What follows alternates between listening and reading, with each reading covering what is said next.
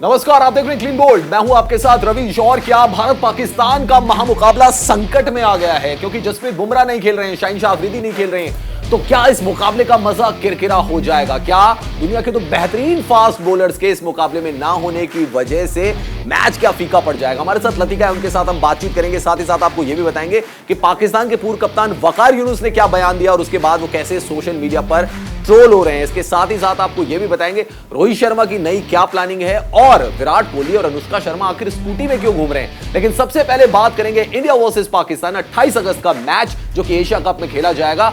उस मुकाबले में संकट के बादल कैसे मंडरा रहे हैं?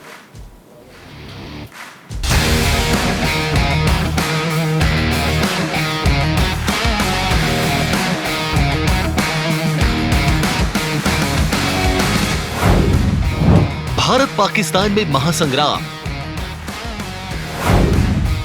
एशिया कप से पहले दोनों की गाड़ी जाम। बुमराह को कमर ने सताया, अफरीदी को घुटने ने बाहर कराया। बिग टिकट इवेंट से पहले भारत पाकिस्तान परेशान। नहीं खेलेंगे वो दिग्गज गेंदबाज जो मचाते थे कोहराम। रफ्तार के सौदागरों के बिना कहीं भुगतना ना पड़े अंजाम, क्योंकि एशिया कप में होना है महासंग्राम। जी हां, हम बात कर रहे हैं स्टार भारतीय तेज गेंदबाज जसप्रीत बुमराह और पाकिस्तान के युवा स्पीडस्टर शाहीन आफरीदी की, जो इम्तिहान से पहले ही मैदान से बाहर हो गए हैं। दोनों खिलाड़ी इंजर्ड हैं और उनकी टीमें कंफ्यूज्ड हैं कि दोनों की जगह रिप्लेसमेंट के तौर पर किसे रिप्लेस किया जाए। अफरीदी घुटने की चोट के कारण एशिया कप से बाहर हो गए हैं, जबकि बुमराह को बैक इंजरी यानी कमर में चोट के कारण टीम से बाहर होना पड़ा है। अफरीदी को चोट के चलते 4 से 6 हफ्तों के रेस्ट की सलाह दी गई है। ऐसे में वो एशिया कप के अलावा इंग्लैंड के खिलाफ घरेलू सीरीज में भी नहीं खेल पाएंगे। वहीं बुमराह को भी कुछ हफ्तों के लिए रेस्ट करने के लिए कहा गया है। बुमराह फिलहाल बेंगलोर स्थित एनसीए में रिहैबिलिटेशन कर रहे हैं। गंभीर चोट के कारण बुमराह के 2022 टी20 वर्ल्ड कप में खेलने पर सस्पेंस है। दोनों गेंदबाजों के चोटिल होकर सिलेक्शन के लिए अवेलेबल न होने के मद्देनजर टीम मैनेजमेंट अब उनके रिप्लेसमेंट ढूंढ रहा है। सूत्रों के मुताबिक पाकिस्तान क्रिकेट बोर्ड अफरीदी के रिप्लेसमेंट के तौर पर हसन अली को देख रहा है, जबकि पिछले दिनों बीसीसीआई की ओर से बुमराह की जगह मोहम्मद शमी को एशिया कप में खिलाने पर चर्चा की बात सामने आई थी। हालांकि ये सिर्फ अटकलें हैं, अभी इसकी कोई पुष्टि नहीं हुई है। पिछले दिनों जब बुमराह एशिया कप से बाहर हुए थे तो पाकिस्तानी फैंस भारत के खिलाफ मुकाबले को लेकर काफी उत्साहित नजर आ रहे थे। लेकिन अब शाहीन आफरीदी के बाहर होने के बाद पाकिस्तानी फैंस मायूस हो गए हैं, जबकि भारतीय फैंस को काफी राहत महसूस हुई है, क्योंकि वो अफरीदी ही थे जिन्होंने पिछले साल टी20 वर्ल्ड कप में भारत के खिलाफ पाकिस्तान की जीत में अहम किरदार निभाया था। शाहीन ने शुरुआत में ही रोहित शर्मा और केएल राहुल को आउट कर भारतीय टीम को दोहरा झटका दिया था और बाद में कप्तान विराट कोहली को भी चलता किया था। शाहीन के शानदार प्रदर्शन की बदौलत पाकिस्तान ने मुकाबला 10 विकेट से जीता था। बेशक पिछले कुछ सालों के प्रदर्शन के आधार पर अफरीदी की तुलना टीम इंडिया के स्टार बॉलर बुमराह से की जाती है, लेकिन आंकड़े बताते हैं कि बुमराह पाकिस्तानी गेंदबाज की तुलना में काफी आगे हैं। बुमराह ने जहां भारत के लिए तीनों फॉर्मेट को मिलाकर 160 मैचों में 318 विकेट चटकाए हैं, वहीं अफरीदी ने पाकिस्तान के लिए 97 मैचों में 208 विकेट लिए हैं। इसमें कोई शक नहीं कि बुमराह भारतीय क्रिकेट टीम की गेंदबाजी क्रम की रीढ़ है। उनकी गैर मौजूदगी में एशिया कप के लिए चुनी गई 15 सदस्य भारतीय टीम का गेंदबाजी अटैक काफी साधारण लग रहा है, क्योंकि टी20 स्पेशलिस्ट गेंदबाज हर्षल पटेल भी चोट के चलते बाहर हैं और अनुभवी गेंदबाज के तौर पर सिर्फ भुवनेश्वर कुमार को टीम में जगह दी गई है। टीम के अन्य तेज गेंदबाजों में अर्शदीप सिंह और अवेश खान हैं, जो फिलहाल इंटरनेशनल स्तर पर खुद को साबित करने की होड़ में हैं। ऐसे में भारत के लिए बुमराह का ना होना और पाकिस्तान के लिए अफरीदी का ना होना दोनों टीमों की तैयारियों पर असर डाल सकता है। Sports desk, news India. वैसे एशिया कप की शुरुआत हो रही है 27 अगस्त से, लेकिन हमारे लिए और दुनिया भर के क्रिकेट फैंस के लिए एशिया कप की शुरुआत होगी 28 अगस्त से, क्योंकि भारत और पाकिस्तान का महामुकाबला होगा। और इसलिए भी इंपॉर्टेंट है क्योंकि 2021 T20 वर्ल्ड कप, जिसको हम कोई भी याद नहीं रखना चाहते, इसमें पाकिस्तान ने हमें हरा दिया था, तो उसका भी हिसाब बराबर करना है। लेकिन दो तगड़े फास्ट बॉलर, एक जसप्रीत बुमराह, एक शाहीन शाह अफरीदी, इनका ना होना क्या असर डालेगा मैच में? मजा थोड़ा किरकिरा करेगा? बिल्कुल करेगा क्योंकि देखिए, जब T20 का मैच होता है शुरुआती दौर में आप किसी भी बल्लेबाज की विकेट निकाल लेते हैं तो प्रेशर अलग ही बनता है पूरे मैच में, और दोनों ही तरफ से विकेट टेकिंग बॉलर्स नहीं होंगे तो कहीं ना कहीं इसका असर जरूर पड़ने वाला है।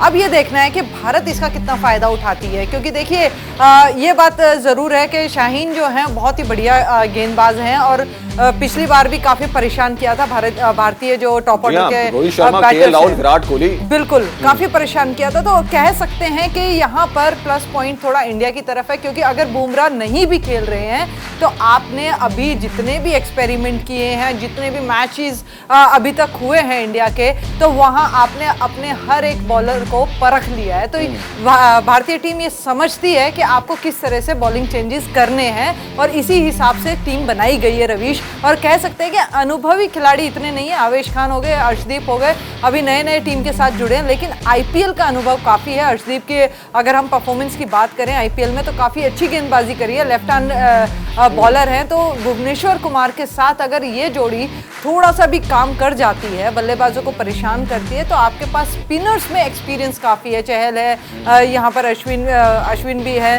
तो ये जो चीज़ें हैं कह सकते हैं साधारण जरूर दिख रही है रवीश, लेकिन कह सकते हैं कि दूसरी टीम को परेशान जरूर करेगी, क्योंकि देखिए अगर टॉप ऑर्डर बल्लेबाजों को आपने जल्दी से निकाल लिया तो T20 में एक समझ लीजिए आपने आधा काम क्या ये मुकाबला बराबरी का हो गया? क्योंकि आपके पास पहले जसप्रीत बुमराह नहीं थे, आपके मेन बॉलर जो कि यॉर्कर अच्छी डाल सकते हैं, बल्लेबाजों को परेशान कर सकते हैं, और पाकिस्तान का पिछली बार क्योंकि मिडिल ऑर्डर एक्सपोज नहीं हो पाया था भारत के सामने, क्योंकि उनके ओपनर्स ने मैच जिता दिया था, तो जसप्रीत बुमराह का ना होना भारत के लिए पहले डिसएडवांटेज हो रहा था। लेकिन अब शाहीन शाह अफरीदी भी अगर नहीं खेलेंगे, जो कि करंट की अगर हम बात करें तो बहुत जबरदस्त फॉर्म में चल रहे थे, अब मुकाबला बराबरी पर है, बराबरी पर आ गया कि भैया आपका भी एक फास्ट बॉलर नहीं है, मेन फास्ट बॉलर नहीं है, और हमारा भी एक मेन फास्ट बॉलर नहीं है। मुझे नहीं लगता कि ये कोई बराबरी पे रहेगा, यहाँ पलड़ा जरूर भारत का ऊपर ही रहेगा, क्योंकि जिस तरह की प्रिपरेशन इंडियन टीम अभी तक करती आई है, वहां मुझे लगता है कि बल्लेबाजी हो चाहे गेंदबाजी हो, एक अच्छा कॉम्बिनेशन दिख रहा है। ऑलराउंडर आपके पास बहुत अच्छे हैं, हार्दिक पांड्या भी गेंदबाजी करते हैं, और हमने देखा है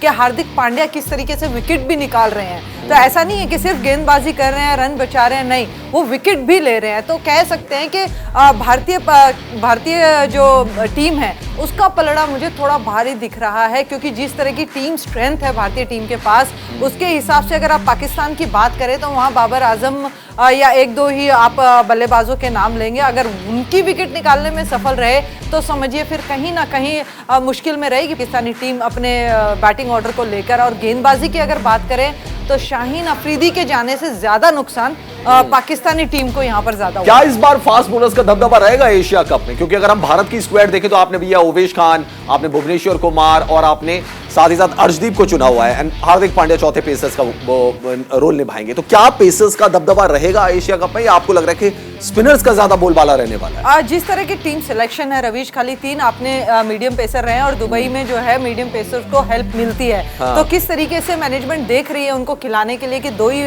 आप उतारेंगे, क्योंकि आपके पास हार्दिक पांड्या भी है। तो यहाँ मुझे ऐसा लगता है कि स्पिनर्स को हो सकता है ज्यादा चांस मिल जाए। अगर युजवेंद्र चहल की आप बात करें, अश्विन भी है वहां पर, जडेजा भी हैं, तो कह सकते हैं वहां पर आप बैटिंग स्ट्रेंथ को और स्ट्रेंथ कर रहे हैं और डेप्थ तक लेकर आ रहे हैं, और गेंदबाजी में चतुर जो गेंदबाज हैं अपने स्पिनर्स, उनकी तरफ आप जरूर रुझान करेंगे। तो मुझे लगता है कि 3 मीडियम पेसर खेलेंगे और बाकी स्पिनर्स और ऑलराउंडर, मतलब हार्दिक पांड्या को जोड़ के हार्दिक पांड्या को जोड़ के मेरे ख्याल से 3 मीडियम पेसर रहेंगे, और उसके साथ आप बैटिंग लाइनअप विद ऑलराउंडर्स ज्यादा अपनी मजबूत करेंगे यहाँ पर, मुझे ऐसा लगता है। क्योंकि देखिए अभी हाल ही में जो खेलने का तरीका है भारतीय टीम ने चेंज किया है। अगर आपने देखा हो कि किस तरीके से आपको जो पावर प्ले है उसमें बल्लेबाजी करनी है, कोई डर नहीं होना चाहिए, हमें सिर्फ और सिर्फ रन रेट पे ध्यान देना है कि वो रन रेट कम से कम 10 से ऊपर रहे। तो ये एक नई चीज जुड़ी है भारतीय टीम में। तो देखना होगा कि एशिया कप में कितने सफल रहते हैं अपनी रन रेट को कायम रखने के लिए। उसके लिए अगर विकेट चला भी जाएगा तो इसलिए मैं कह रही हूँ कि बैटिंग में डेप्थ ज्यादा देख रहे हैं, ऑलराउंडर्स हमें ज्यादा देखने को मिलेंगे जब भी 11 की टीम खेलेगी भारतीय टीम की यहाँ पर। और सबसे बड़ी बात तो ये भी है कि प्लेइंग 11 को लेकर भी थोड़ा सा डाउट रहेगा कि ऋषभ पंत को चांस देना है या दिनेश कार्तिक को चांस देना है। ये सबसे ज्यादा इंपॉर्टेंट चीज रहेगी। लेकिन क्रिकेट वर्ल्ड में बहुत कुछ हो रहा है और उसमें सबसे बड़ी बात यह है कि जब से लतिका ये खबर आई कि शाहीन शाह अफरीदी नहीं खेल रहे, वकार यूनुस जो कि पाकिस्तान के पूर्व कैप्टन रह चुके हैं, पाकिस्तान के पूर्व तेज गेंदबाज रह चुके हैं, उन्होंने एक ऐसा कमेंट किया, एक ऐसा ट्वीट किया जिससे सोशल मीडिया पे बहुत ज्यादा ट्रोल हो रहे हैं। उनका कहना है कि भारत का टॉप ऑर्डर अब राहत की सांस ले सकता है, लेकिन वो ये भूल गए कि भारत के टॉप ऑर्डर ने शाहीन शाह अफरीदी को बहुत पीटा हुआ है। सिर्फ एक मैच से आप जजमेंट मत पास करिए। वकार यूनुस ने कुछ ऐसा ही जजमेंट पास किया है, लेकिन सोशल मीडिया पर उनकी बहुत धुनाई हो रही है। देखिए आप।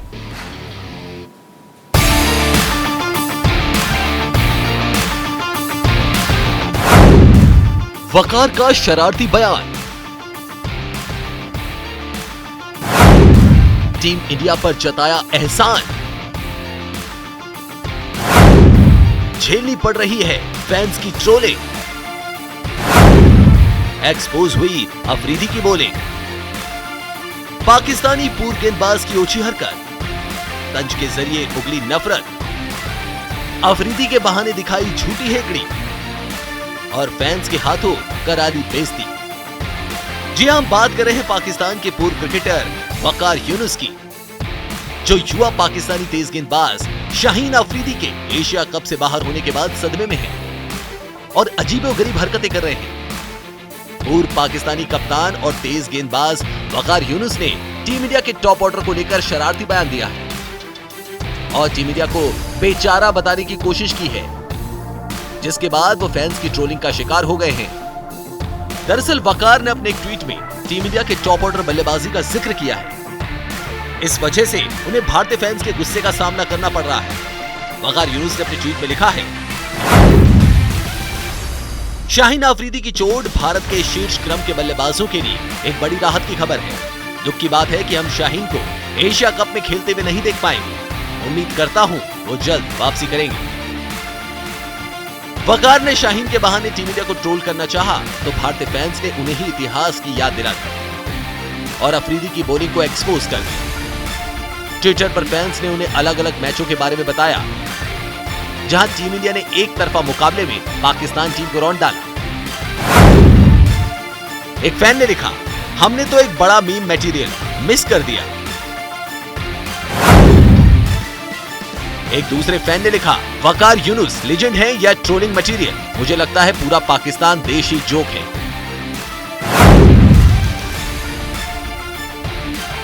एक फैन ने ट्वीट किया, जब जसप्रीत बुमराह बाहर हुए तब किसी पूर्व भारतीय क्रिकेटर ने पाकिस्तानी टीम का मजाक नहीं उड़ाया, लेकिन वकार का यह बयान देखिए।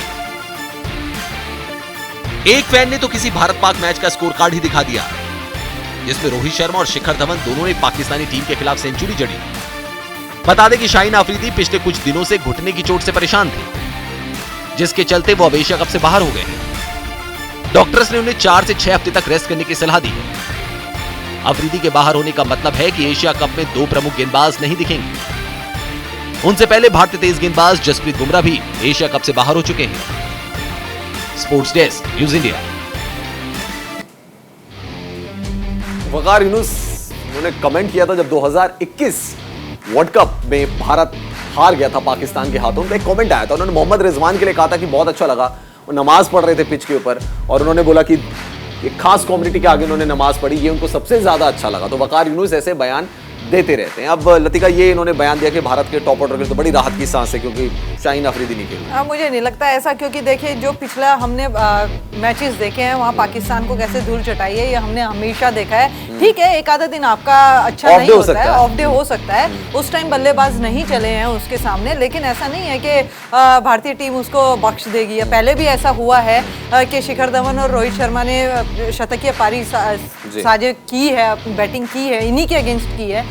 तो एक आधे दिन ऑफ डे से आप इस तरह की राय नहीं रख सकते। और देखिए अब दोनों ही टीमें यंगस्टर्स से भरी हुई है, एक्सपीरियंस भी है, यंगस्टर्स भी हैं, तो ये देखना होगा कि उस दिन कैसा खेल खेलते हैं या उस दिन की परफॉर्मेंस कैसे रहती है, क्योंकि हाई प्रेशर ये गेम रहने वाला है। वहाँ पर प्रेशर कौन हैंडल अच्छे से करता है और इसमें महारत भारतीय टीम को ज़्यादा है, क्योंकि देखिए उनके पास रोहित शर्मा भी है, विराट कोहली भी है, केएल राहुल भी हैं, आप सूर्य कुमार यादव भी हैं, ऋषभ पंत भी हैं। तो अगर आप जितने भी नाम गिनेंगे ये आईपीएल के धुरंधर हैं, सभी आईपीएल में बहुत अच्छा करके आए हैं, तो ये चीज जो है ये देखने वाली चीज है लेकिन कि पाकिस्तान के जो पूर्व क्रिकेटर्स है वो ऐसे कमेंट क्यों करते हैं? आप देखिए, जब मुकाबला भारत हारी और इतने सालों के बाद हिस्ट्री में कभी वर्ल्ड कप में उन्होंने हमें नहीं हराया था, एक बार उनको मौका मिला कि उन्होंने वर्ल्ड कप में हमको हराया, तो उसके बाद शोएब अख्तर कमेंट करने लग गए कि देखिए हरभजन सिंह को वो ट्रोल करने लग गए, और उसके बाद फिर वकार यूनुस का वो बयान आया था, और अब फिर से अभी मैच शुरू हुआ नहीं है लेकिन वकार यूनुस ने फिर बकबक करनी शुरू कर दी। देखिए रवीश, ये होता है कि जब आप इस तरह का एक मौका आपको मिलता है कि आप दूसरे सामने वाले को थोड़ा सा अपना क्या कह सकते हैं इसकी सीना चौड़ा करके दिखाएं, वो एक मौका भारतीय टीम ने जरूर दिया पाकिस्तान को, लेकिन ये हमेशा नहीं होने वाला, क्योंकि अगर पास्ट की भी बात करें तो वहाँ पे भी कभी हमेशा नहीं हुआ है। तो वो एक दिन के भरोसे अगर आप इतना ज़्यादा उछल रहे हैं, कूद रहे हैं, तो मुझे नहीं लगता कि उनको ये जो उछल कूद है बहुत जल्दी 28 तारीख को पता चल जाएगा कि किस तरह से भारतीय टीम। हमारे खिलाड़ी नहीं देते ना ऐसे बयान, इनके खिलाड़ी ज्यादा देते हैं, क्योंकि हमारे खिलाड़ियों को पता है रवीश के हम जो है वो जानते हैं कि रिजल्ट क्या आने वाला है, तो वो शो ऑफ करने की आदत जरूरत नहीं। वकार है। यूनुस ने वैसे जो बात कही है इसका जवाब दिया है टीम इंडिया के पूर्व ऑलराउंडर इरफान पठान ने। इरफान पठान ने पूर्व पाकिस्तानी क्रिकेटर वकार यूनुस को मुंहतोड़ जवाब दिया है, ट्विटर के जरिए पाकिस्तानी टीम को ट्रोल किया है। दरअसल वकार ने शाहीन अफरीदी के एशिया कप से बाहर होने पर टीम इंडिया पर तंज कसा था, जिसके जवाब में इरफान पठान ने उन्हें याद दिलाया कि जसप्रीत बुमराह भी इस टूर्नामेंट में नहीं है, इसलिए दूसरी टीमों के लिए भी ये राहत होगी। तो साफ तौर पर इशारा था कि अगर आपको लग रहा है कि शाहीन शाह अफरीदी नहीं है तो भारत के बल्लेबाज राहत की सांस ले सकते हैं, तो जसप्रीत बुमराह भी नहीं खेल रहे तो पाकिस्तान के बल्लेबाज भी राहत की सांस ले सकते हैं। भारतीय क्रिकेट टीम के पूर्व कप्तान विराट कोहली अपनी वाइफ और बॉलीवुड एक्ट्रेस अनुष्का शर्मा के साथ मुंबई की सड़कों पर स्कूटी राइड पर निकले, जिसका वीडियो सोशल मीडिया पर वायरल हो रहा है। वीडियो में विराट और अनुष्का दोनों हेलमेट पहने हुए नजर आ रहे हैं, और अनुष्का हाथ में उन्होंने छाता भी लिया हुआ था, वो भी था। दोनों के दोनों हेलमेट पहन के ये राइड पे निकल गए हैं, देख सकते हैं आप। छाता भी अनुष्का शर्मा ने लिया हुआ है हाथ में। हालांकि उन्होंने पूरी कोशिश की कि कोई पहचाने ना उनको, लेकिन फिर भी फैंस ने उनको पहचान लिया, और फैंस जो है उनके वीडियो बनाने उन्होंने शुरू कर दिए। ये आप देख सकते हैं अनुष्का शर्मा, विराट कोहली दोनों स्कूटी राइड ले रहे हैं मुंबई की सड़कों पर। एंड निकाल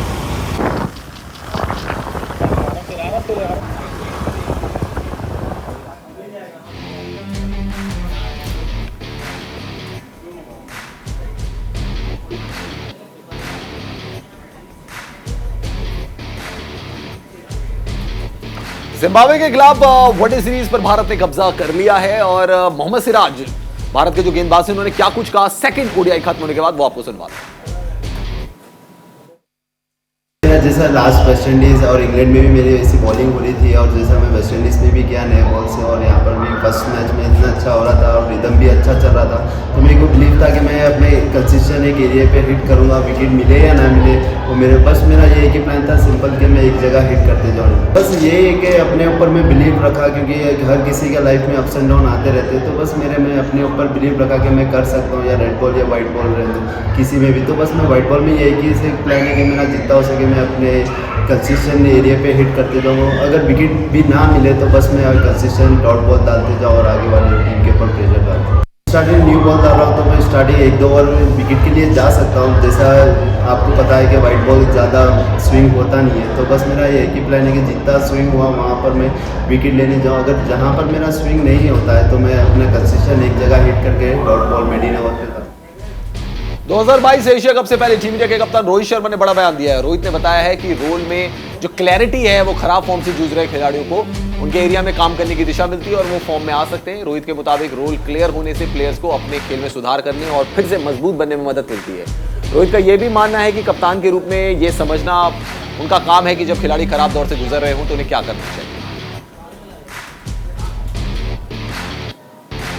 आईपीएल 2022 के दौरान लगी हैमस्ट्रिंग की चोट से उबरने के बाद भारतीय बल्लेबाज अजिंक्य रहाणे कॉम्पिटिटिव क्रिकेट में वापसी के लिए तैयार हैं। रहाणे मुंबई क्रिकेट एसोसिएशन के बांद्रा खुला कॉम्प्लेक्स में इंडोर नेट सुविधा में मुंबई के ऑफ सीजन कैंप में शामिल होंगे। रिपोर्ट्स के मुताबिक रहाणे का नाम उन 47 खिलाड़ियों की लिस्ट में है जिन्हें मुंबई के सिलेक्टर्स ने बीकेसी में ऑफ सीजन फिटनेस कैंप में नामित किया है। इंग्लैंड के पूर्व कप्तान एलिस्टर कुक ने बेन स्टोक्स की कप्तानी वाली इंग्लैंड की टेस्टिंग की क्लास लगाई है। लॉर्ड्स में पहले टेस्ट में साउथ अफ्रीका ने जिस तरह इंग्लैंड टीम को एक पारी और 56 रनों से एक तरफा अंदाज में हराया, उसके बाद कुक ने टीम की मानसिकता पर निशाना साधा है। कुक ने सवाल किया है कि टेस्ट सीरीज से पहले इंग्लैंड टीम ने फर्स्ट क्लास क्रिकेट क्यों नहीं खेली। कुक ने कहा कि इसका जीरो सेंस है और इस मेंटेलिटी को बदलना होगा।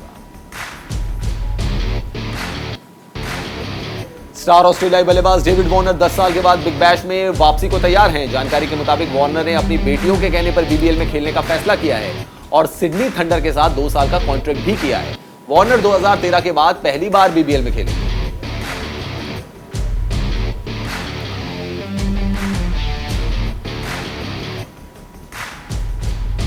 डेविड वार्नर ने क्रिकेट ऑस्ट्रेलिया से उनकी कप्तानी पर लगे लाइफ टाइम बैन को हटाने की अपील की है। वार्नर का यह बयान उनके बिग बैश लीग में सिडनी थंडर के साथ 2 साल का कॉन्ट्रैक्ट के बाद आया है। बता दें कि 2018 में केप टाउन में गेंद से छेड़छाड़ करने पर स्टीव स्मिथ, कैमरून बैंक्रॉफ्ट के साथ वार्नर को भी सस्पेंड कर दिया गया था। तब वार्नर को यह सजा भी मिली थी कि वो आगे चलकर कभी भी किसी भी लेवल पर ऑस्ट्रेलिया की कप्तानी नहीं संभाल पाए।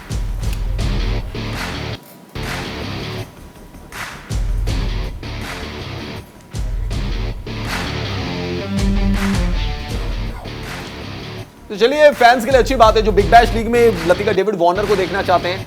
डेविड वार्नर को देख सकते हैं आप बिग बैश लीग में सिडनी थंडर्स के साथ उन्होंने करार कर लिया है 2 सालों का। और उनका डेविड वार्नर का ये कहना है कि अपनी बेटियों के कहने पर उन्होंने ये किया है।